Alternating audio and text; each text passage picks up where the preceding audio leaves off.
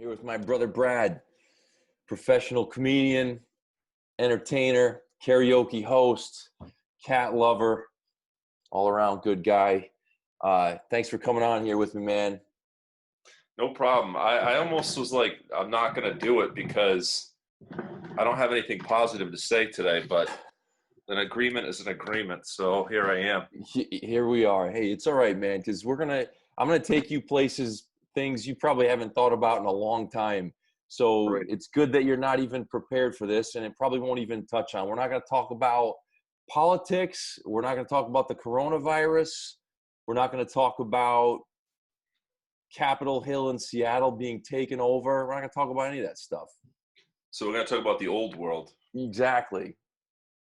The good So old I'm not days. sure the old world exists. I think every memory we have before March of this year was implanted in our heads by the Matrix.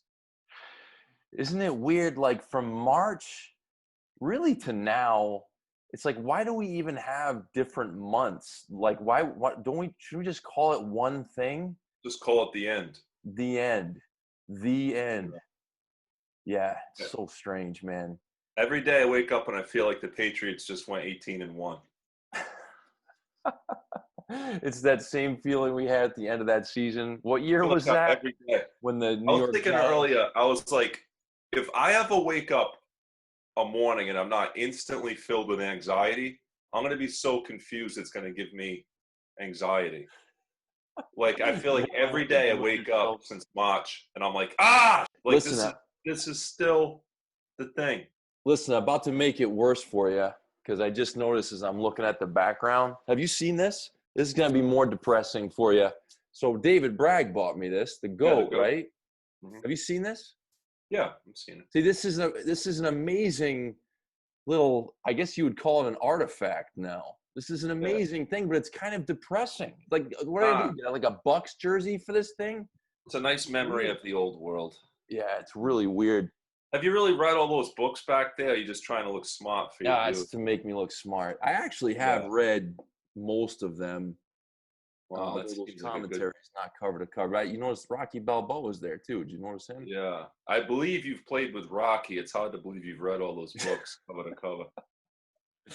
I actually have read a good portion. My girls asked me the same thing at home. They because I've got like 4 bookshelves full at home too. And like, do you actually read those books? This is the only book I have in this room.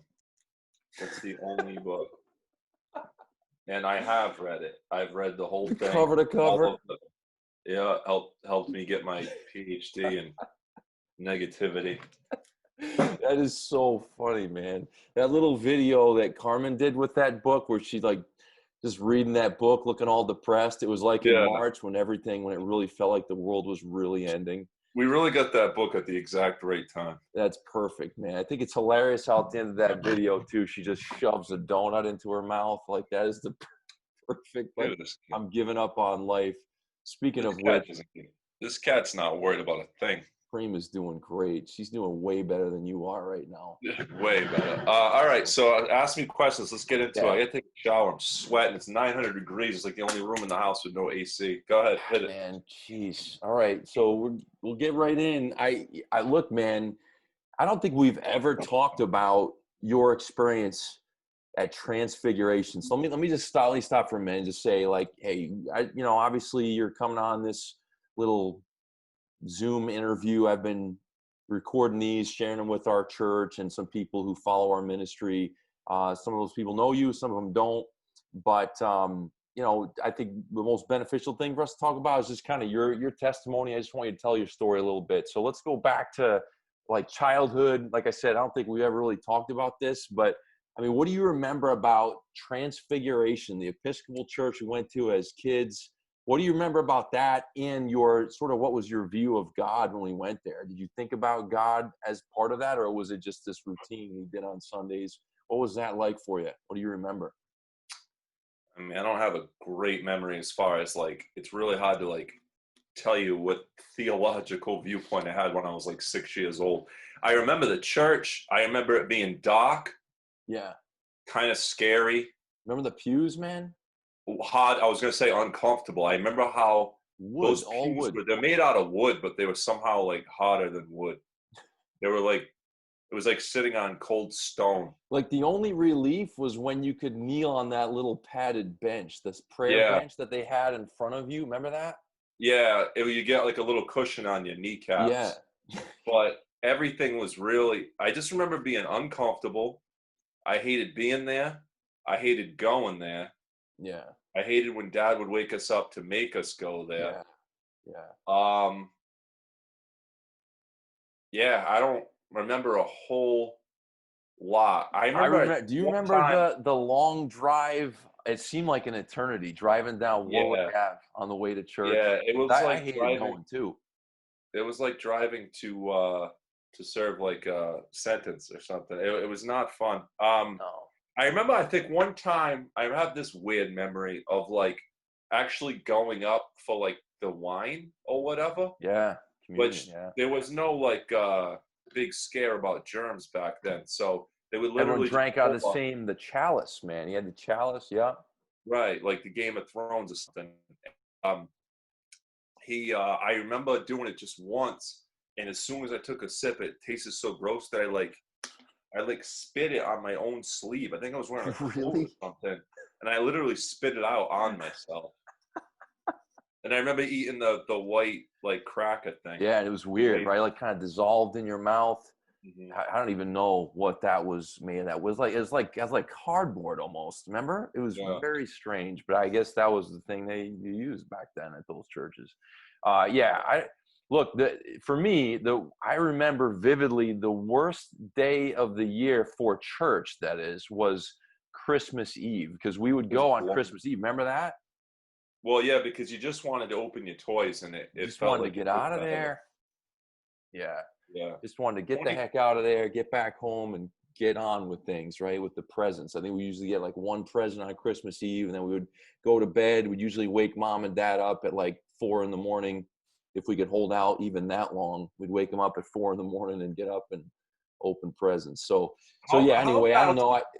Go ahead. I was just thinking about how bad it sucked for them. I was thinking about this recently. So Dad like works and everything, and spends all this money on GI Joes and stuff for us, and then we thank Santa Claus. Like we don't even thank Mom and Dad who bought the gifts Dad for us. has to lay there on the couch, half asleep, trying to like It's be a good sport, pretending like he's as surprised to see what we're right, opening as we. and they Which he get probably no was credit. actually, because he had no idea what mom was buying for us with his money. But Right, they got no credit. I would be like, you know what? Why don't you wake up Santa Claus at 4 a.m. and make him watch this crap? yeah, let Dad sleep. He suffered enough for these stupid plastic toys that are going to get shoved in a box somewhere and sold at a yard sale, mass quantities for 10 cents. Yeah, so listen, I know you didn't have a fully developed theology at that point in your life, and I didn't either. But did you think anything, like, do you remember? I mean, I remember having thoughts of God, whether it was at church or, wherever, at home. And I remember in the schoolyard, for some reason, I I remember think I thinking about, I don't always, want to swear because God doesn't want me to swear. I remember thinking that. I mean, well, it's a distant memory. Yeah, I definitely believed in God, but yeah. I mean, Transfiguration, I was really young. It's hard to figure out. I don't know. I Yeah, definitely always believed in God. it's such a foggy, right? Like foggy memory. I mean, I agree, but Yeah. there's certain things about it I remember. And I think the part I was hoping you would say, because I figured your experience was the same as mine, but I was hoping you would say, yeah, that you kind of dreaded going. It was Oh, not I an hated it. enjoyable experience. I'd say probably the majority of memories I have from church in my life are negative. Yeah. Wow. Okay. So then fast forward, right? So we go into high school, and that season of my life, I kind of like bailed on church completely. You didn't. I mean, for a while, which is interesting to hear you say that idea of it all being negative, because at the time, I mean, you were more committed to church than I Yeah, but was I throughout high mean, you school. skipped the whole First Baptist chapter, which was Yeah, that's those true. We can go memories are back. mainly negative too. I was I mean, how old were uncomfortable you when we there. went there? I mean, it was right from Transfiguration, so I don't Mhm. know, but I was a little bit older, so I have a little bit more vivid memories going there. But going there, most of those memories were negative too. I was uncomfortable there for a different reason. It wasn't as dark, and the seats weren't as uncomfortable. Yeah, they had bright lights. I always felt like yeah. if I did something wrong, God was going to like throw a lightning bolt through my head. Right. So that's all negative. That place was horrible. Yeah. That was like my introduction to legalism, but I was too young to realize that's all negative. Where I started going to church on my own was, are we supposed to not say the name of these places? I mean, does anybody care? I don't think it matters. 4 people in Olympia are watching this, so it doesn't matter. Yeah, exactly. so I started going to Friendship Baptist on my own because our neighbor invited us to like teen group or whatever the heck it was called. Yeah.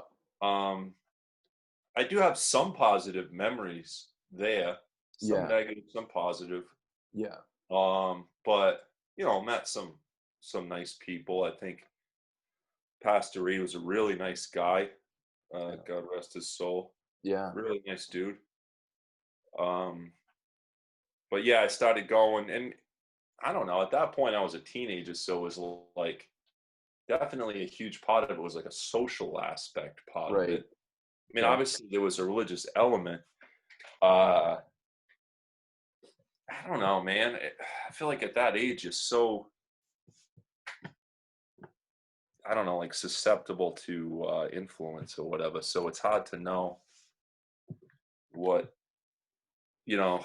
So, I mean, you weren't necessarily compelled by some belief, you know, like you said, it's more of a social thing. Because again, for me, that's different in the sense that like during that season of my life in high school, after the First Baptist Church you just referred to, the one where it was brighter and they had padded pews, after that one, Mom and Dad migrated over to that other Baptist church. I stopped going altogether. I think whatever, from sophomore year all the way through till like my first year in college. So I walked away from it, but I remember you were going. I remember when I'd be home sometimes during my first year in college, you'd be going on Sundays. You'd be telling me, asking me to go with you. And I don't think I ever did, early on, but you were bringing your friends there, but that was still, it was more of a social thing for you, or did you, held by some form of belief? I think it started with social and then it became very religious. So it became like, it made me feel like, okay, I need to like get my life together. I need to like, I don't know, not swear and do bad things. Yeah. I started becoming probably the most legalistic I had ever become because because the other church was just like this really, First Baptist was just like this scary, intense experience when I was so young. Right. But then like when I was going as a teenager there, I was going independently and it became like my own religious journey where I felt like a lot of it was fear-based too at the beginning because I had a lot of stomach problems at the time. And I was like sick a lot that year. Oh yeah, I remember that. I was real sick and I felt like, okay, maybe I'm sick because God like wants me to commit to Christianity or whatever. Yeah, I vividly remember that. Even the part of it, like your religious beliefs coming into it. I remember that. This is why it's so bad to go down these roads, because I feel like every time I look back in a point of my life, I always think, wow, I was so stupid. So like in a year, I'm going to look back at this conversation and say, wow, Brad, you were so stupid. That was so stupid. Oh, man. Every time I think back to a point in my life, I'm always like, what an idiot. So, but yeah, I became legalistic and like was so regimented with like, even if I listened to like certain music, I'd feel like guilty. Yeah. But again, that's not really, I'm not trying to like knock like the pastor there or people there necessarily. I don't know. It's just, that's just the huge part of what Christianity or American Christianity is. It's this, it's this like almost cult mentality. I don't know, but that's where I was at. I did, I made some good friends and stuff, but when I look at my mindset then versus now, it's very different. Yeah. Yeah, I mean, that's part of the reason I wanted to delve into this stuff is not just to plunge into the More negative, miserable. but to talk about what's that? You're just trying to make me more miserable. Yeah, exactly. I was thinking see if I could make your day a little harder. Thanks. I wanted to just talk about, I mean, one of the things that you and I mean, I've had my own journey, which is aspects of it were similar, but aspects of it were very different from yours. But the thing that's similar now is we both kind of come through this journey and evolution in our thinking and our theology and our understanding of God. And I'm sure there are things that you and I don't see completely eye to eye on now. But one thing that we're both agreed on is if God's not exceptionally gracious, then we're in big trouble. And so, for me, it's like looking at some of those dark parts of life and even the things that we regret and feel dumb about now, are part of the redemptive story of our lives. And so how, I don't know, man, I mean, talk honestly about your understanding of God's grace to include, you can even include, because you and I talk a lot about the doubts that you have, doubts that I've had. So anyway, how is that? I've got specific questions about that, but for starters, how would you contrast your understanding of like Jesus and grace with the view you had back then, the way you understood Christianity back then? As you said, I think you used the terms legalism, the sort of do's and don'ts and the things that you're going to try not to do, and you felt like almost this fear and guilt, and so there was all that. So contrast that for me.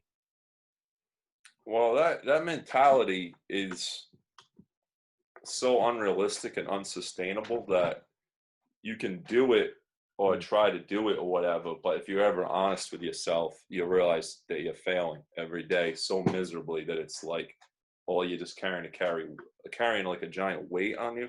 Right. So I don't know, somewhere along the way, I was hit by the reality of my own failure, and I don't know how Christians, instead of judging everybody else, I judge myself.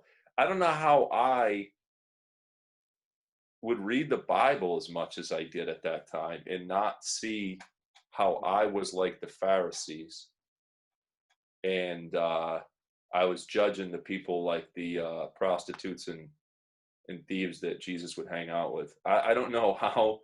Yeah. I didn't ever sit and think, oh, I'm actually way more like the Pharisees than Jesus's friends in this story. Yeah. I don't know why I took forever to realize that. Seems like a common issue in the Christian world. But yeah, I guess I have my doubts, and I have all these like almost philosophical and theological arguments with myself and my brain, sometimes on a daily basis. But at the end of the day, the gospel message, like I told Carmen the other day, will just always resonate because of the idea of humility, the idea of a holy God loving us or loving me and dying for me is really powerful, because I know I don't deserve that. Yeah. And especially with everybody fighting right now. But the point I'm trying to say is when you look at these fights and everything, hey, we have a visitor on the Jeff Pierce show. I know, she's great. We've got some great cameos. Who's there? Hey, what's up? Pierce, ladies and gentlemen. What I was saying is nobody's showing an ounce of humility. Everybody's like, donuts, no donuts. Like nobody is saying, hey, maybe there's some good points from the other perspective I should consider. There's none of that right now. I don't see any of that. And that's what I was saying to Carmen the other day, that the simple message of humility in the gospel, that we're all screwed up, we're all sinners, and that Jesus loves all of us is a powerful message. So while I have my doubts and I don't always necessarily fully believe it, I'm always overwhelmed by it, or impacted by how powerful that is, Right. of a message, and how simple it is. That's the crazy thing. It's such a simple message. I'm like, how did I miss that for like 30 years? Yeah. Something about the way we're wired, man. It's like we go from one environment in which we're trying to prove ourselves and compete with other people into a sort of pseudo spiritual environment in which we end up doing the same thing. It's just about ladder climbing, competing with other people, proving ourselves, pleasing ourselves, but it's all really the same. And so, yeah, I get it. And like you, I can't help but be compelled by the simplicity of the gospel, and frankly, the how a situation like what we're in right now, in my mind, so obviously cries out for the gospel.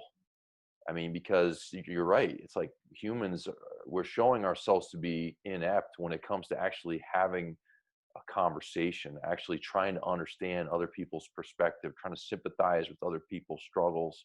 We just don't do that naturally. And what we do instead is, man, we feel prideful or proud of our own view, and we boast in that, and then we condemn the people who are different from us, and that we have this sense of justified rage, and that can actually be, starts with like a psychological form of aggression or violence, and then it eventually can turn into, as we're seeing, actual physical aggression and violence. Right. It's a self-religiousness. It's the same thing with the Pharisees, only it's in some cases it's not even religious people, but it's that same. Yeah, man. Yeah, for sure. So what would you say is the biggest challenge to your faith perspective? What is, I mean, whether philosophically or personally, experientially? The biggest, I don't know if I'm trying to think out loud here. It's funny because a lot of times I say that the theist and the atheist, their strongest argument is the flip side of the same coin. So the most compelling argument for God's existence, I think, is the moral argument for God's existence, which is basically, without God, there is no objective morality. And I'm compelled to believe that right and wrong do exist, and not just, these things that we've evolved with for the betterment of our species. I don't think that Nazis throwing a baby in an oven is just counterproductive to the thriving of our species. To me, I'm compelled to believe it's really wrong. It's really evil. Yeah. The flip side in the atheist argument is they would say things like, if there's a good God, what is the deal with all this suffering? Right. Why does he allow evil to take place? Where is he in this? Yeah. And, I've listened to tons of debates on this. I've listened to plenty of arguments from the Christian side on this, but you got to keep in mind, if you're sitting there and your family's being thrown in an oven, it's a little tough to hold on to those philosophical arguments in that moment. Right. So that I go back and forth with that issue. And also the other atheist perspective is that I sometimes am compelled by, is like the divine, like, what do they call it? The divine hiddenness, or the hiddenness of God. That I think I'm compelled by, in that, like, in a sense, you could say, and I say these things and I instantly think of like the counterpoint. That's what I do. It's like I know all the points and counterpoints. Right. So anyways, but the hiddenness of God, basically, like, okay, we haven't heard from this dude in like 2,000 years. Right. And like, yeah, I have whatever. There's things that compel me towards God and stuff, and I get the fact that, okay, so Jesus is gone. It's kind of like the Father mostly interacted in the beginning, then Jesus mostly interacted. Now it's the Spirit, which obviously Spirit by nature is invisible. But at the end of the day, it's kind of like, all right, well, we haven't seen or heard from this dude in 2,000 years. And we're supposed to just watch everybody suffering and dying and just kind of say, okay, well, yeah, but he's invisible. We'll be all right. So I know the counterpoint to all that, and I know that the same things that compel me for God's existence are basically pretty much all invisible, anyways. But I don't know. See, I could just go back and forth. Right. Yeah. I could have a conversation with myself about this for 4 hours if you wanted me to. We should put you on a split screen with yourself. Yeah. Yeah. You can debate yourself for a while. Call it bipolar Brad. Yeah, I mean, I get it. Meanwhile, yeah, man, I get it. And I've had some of the same intellectual wranglings, and I feel more free than ever, despite the fact that my profession is in ministry.